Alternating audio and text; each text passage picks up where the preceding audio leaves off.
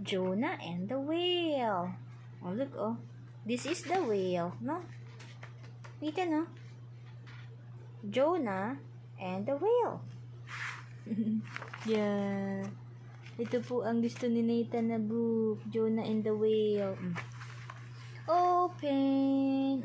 Next. Ulitin natin. Long ago, there lived a prophet called Jonah in Israel.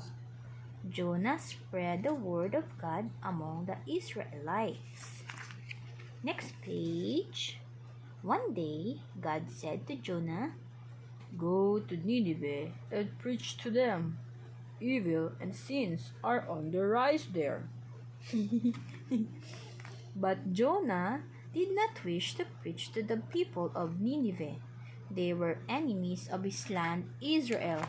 Wait lang, di pa tapos. He wanted Nineveh to be punished for its sins. Where is Jonah? Jonah. That is Jonah. So Jonah decided to leave the city. He boarded a ship and decided to sail away. Tumakas na si Jonah, be.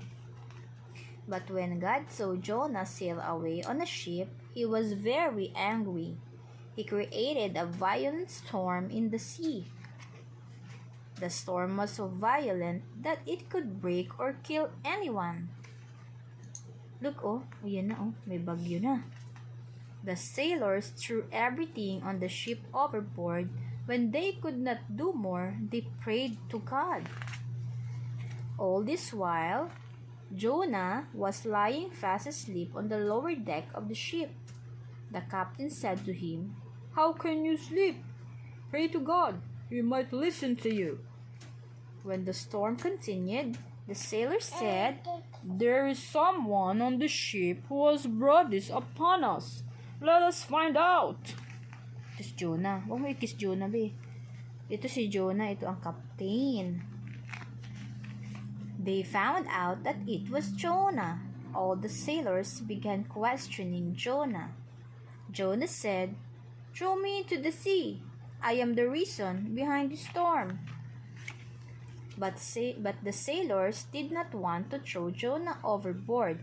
They tried their best to beat the storm. They wanted to dock the ship safely, but it did not work. At last, they decided to throw Jonah into the sea. At once, the storm stopped. Stop na ang storm, be. When Jonah fell into the sea, God sent a whale that swallowed up Jonah. Yun, nilunok na siya ng whale, be. Yan na, nandiyon na sa loob si Jonah. Huwag mo kumusin. Ano ba yan? Paano natin i-continue ang story? Ayan, oh. Dito muna na yun. Jonah was alive inside the whale's stomach for 3 days and 3 nights. Inside the whale's stomach, Jonah prayed. Paano mag-pray? Pray! Pray! Nag-pray siya, baby. Nag-pray. God heard Jonah's prayer.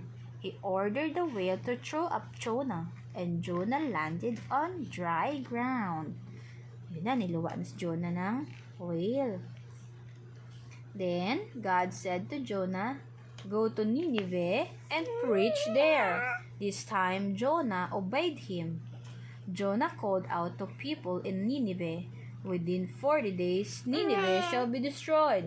He walked around the city and kept saying this all day long. The people of Nineveh believed that this was God's will. They turned away from sins to please God. The king of Nineveh changed from his royal robes and wore sackcloth. He also ordered his subjects to turn away from all sins. When God saw that the people of Nineveh felt sorry for their sins, he forgave them. He did not destroy their city. But Jonah was angry.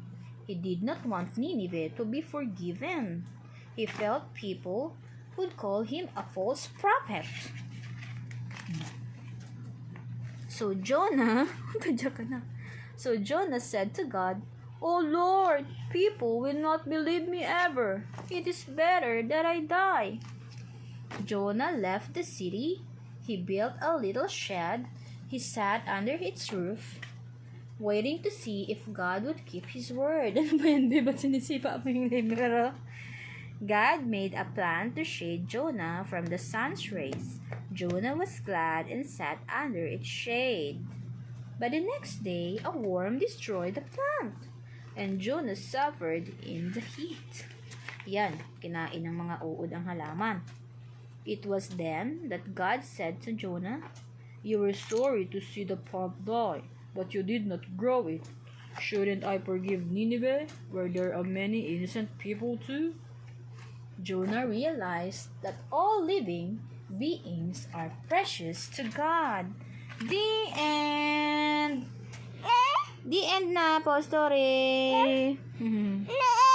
The end na.